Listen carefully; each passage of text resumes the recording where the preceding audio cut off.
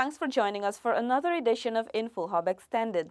May 5 marks the 180th year since East Indian immigrants arrived to the shores of then British Guyana.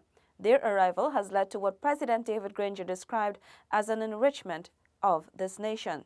Speaking at the 180th anniversary celebration held at Plantation Highbury, East Berbice Quarantine, organized by the Berbice Indian Cultural Committee on Saturday last, the head of state said because of the contributions of the Indian indentured immigrants and their descendants, the nation is now richer culturally, socially, and politically. I like to call the 5th of May Indian Arrival Day because it recognizes not only the event of arrival, but also survival. As the regional chairman told you just now, getting here was hard enough, but making a success of our immigration was also extremely difficult. And today we celebrate the survival of the descendants of the original immigrants. It was their resilience, it was their resourcefulness that allowed them to overcome adversity. It was their endurance that allowed them to overcome the challenges and to transform those challenges into opportunities. President Granger noted that these migrants from India's rural regions helped to diversify and expand Guyana's own rural economy.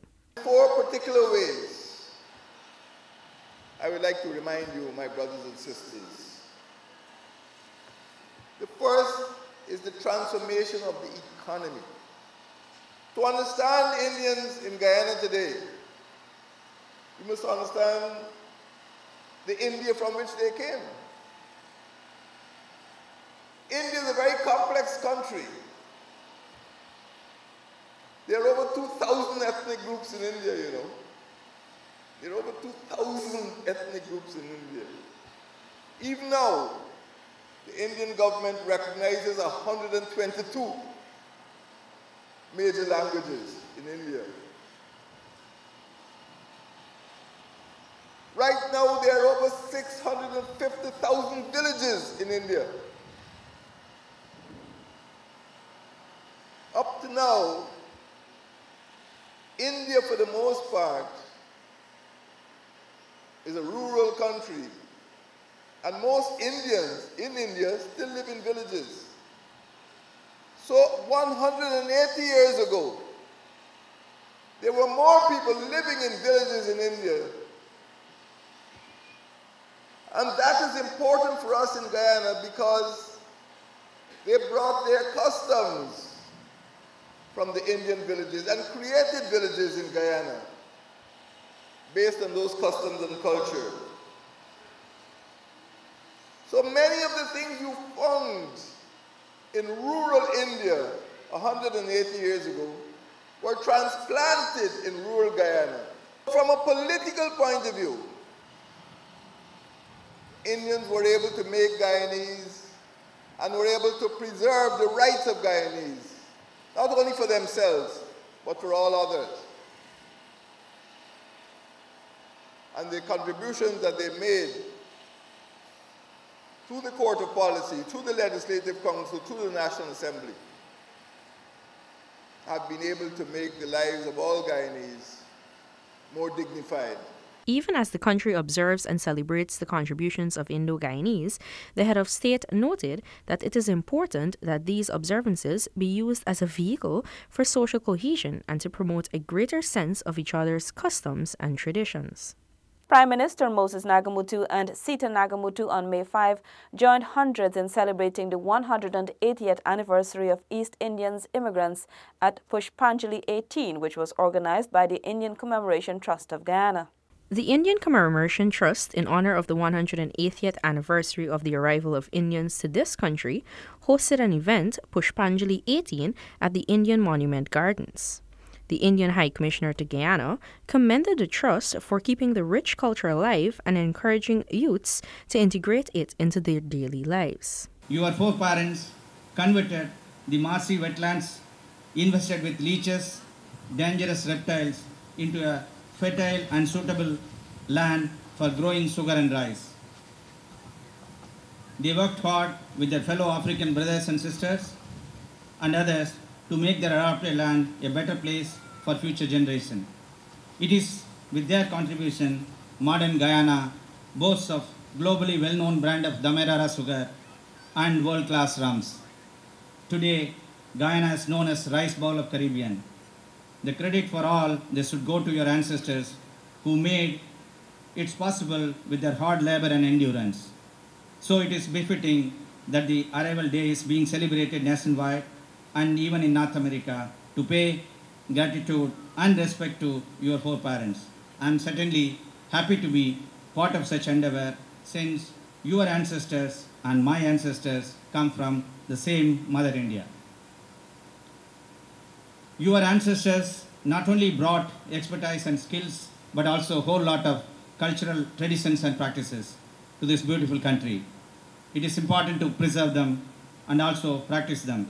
It is more important to rekindle memories and reawaken the minds of particularly the youth who are being influenced by the so-called modern culture with the advent of revolution in communication and information technology. It is in this regard, ICT, the Indian Commemoration Trust, is playing a great role in involving the youth to carry forward and nurture the traditions of past and culture of your ancestors. May 5th affords us an opportunity to reflect on our triumphs and challenges as we reaffirm the Guyanese spirit of tolerance, inclusivity, and brotherhood, and a unified vision for a progressive, prosperous, and cohesive Guyana for all its people, Prime Minister Moses Nagamootoo said. The Prime Minister echoed President Granger's sentiment on the contribution of East Indians to Guyana. The descendants, East Indians and their descendants have made a significant contribution in all spheres of the development of Guyana. They have laid the cornerstone of a modern, developed, civilized nation. And we are all proud that they have contributed to the birth of us all proud Guyanese. Speaking during the ceremony, Guyanese-born broadcaster, novelist, poet, and academic David Dabadine recounted the journey of indentured laborers. Indentured labor was used in the production of sugar, cocoa, cotton, rubber, tobacco, tea, and other commodities. In South and East Africa, indentured laborers were also involved in mining and the creation of railway networks. The British additionally made agreements with the Netherlands and France, which meant that these countries were able to recruit and dispatch to their colonies indentured laborers from British India. Now, in the 17th century, there were thousands of indentured laborers, and they were all white. They were sent from the prisons of England and Britain to work in Virginia and the Caribbean. Thousands of them, many of them unrecorded. If you recall, up to the middle of the 18th century, there were hundreds of crimes that were punishable by execution, capital punishment, from stealing a handkerchief worth more than 2 pence, to prostitution, to other nefarious activities. So people pleaded, women who were due to be executed would plead belly. And by pleading belly, you were able to be allowed to be indentured and, well, I suppose, exported. And of course, many prisoners, whenever the Irish were fighting, and they did frequently, you know, E.P. Thompson said that Ireland is the last colony of the British Empire. The Irish fighting would be sent to the Caribbean and South America and North America. And of course, they arrived, these white workers, in poor conditions and received poor treatment in the Caribbean. However, the plantation owners believed that white workers would not suffice in either numbers or cost due to the labor-intensive nature of its manufacture. and as a consequence, of course, the Africans were brought in. And following the abolition of the slave trade and slavery, the plantocracy decided to go back to the old system of indentureship,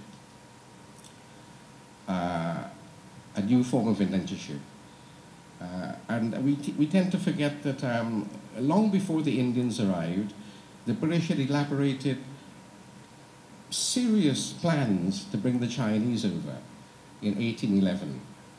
The Chinese were seen as the force for indentured work. But of course, in the end, they decided that the Chinese were not numerous enough or sturdy enough for work in the plantations, so the Indians were brought in. Indentureship was not slavery, but it consistently featured aspects of that system, and its 19th century incarnation was famously labeled little more than a reinvention of slavery. In the words of Lord John Russell in 1840, indentureship was the new system of slavery. Recruits would agree to labor in a foreign land. They were indebted to whoever had paid for their voyage, and on arrival were bound to a master until their contract expired. Frequently, at the end of their term, the agreement offered indenturees the provision for either a return passage or a portion of land. Real or perceived violations of the contract meant that such laborers were subjected to legal proceedings. In the case of the Indian indentured system, which resulted in the transportation of more than 2 million men, women, and children, the intimacy between the plantocracy and the judiciary habitually prevented anything more substantial for the indentured applicants than a pantomime of justice.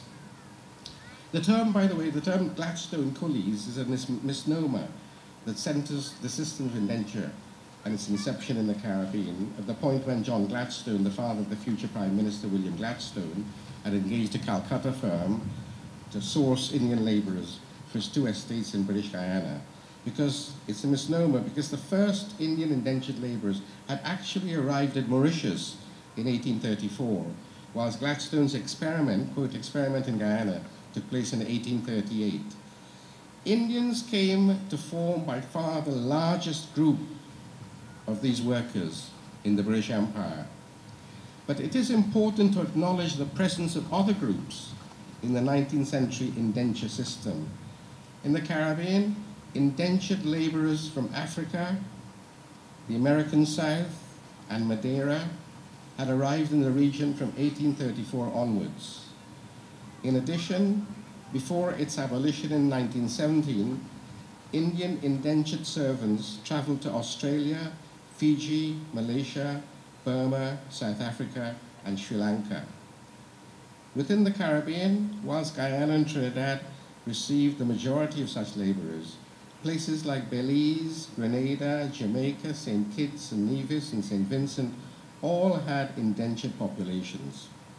In the Caribbean, Mauritius and South Africa, Chinese workers formed part of the indentured workforce, and more than 60,000 South Sea Islanders, people from the Solomon Islands and Vanuatu, were forcibly and brutally actually indentured to Australia. Whilst there is no question that some migrants indentured willingly, there is also no doubt that many left their homes without full knowledge of the length of the journey they were undertaking or how far they were traveling. Coercion, misrepresentation, and even kidnapping were all recorded forms of recruitment, and the exploitation of the indentured subject continued from embarkation to plantation.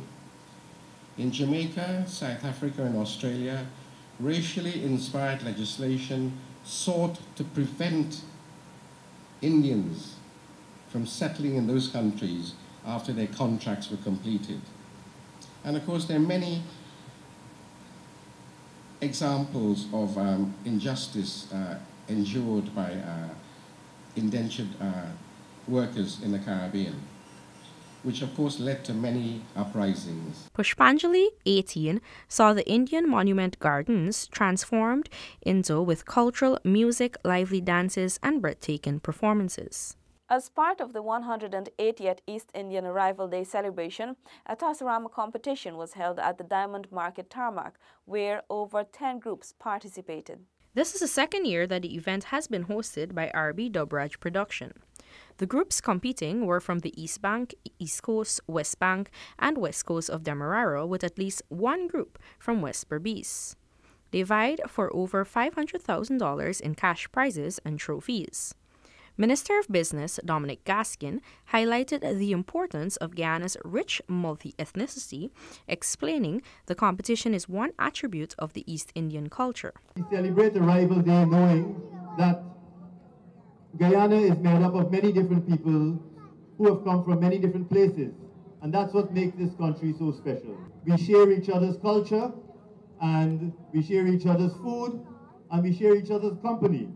Organizer Rajesh Dubraj explained that the event seeks to enlighten youths about their East Indian heritage. Tasarama is all about the culture, promoting youth. And I hope next year we can expand on it a little more and add more to it.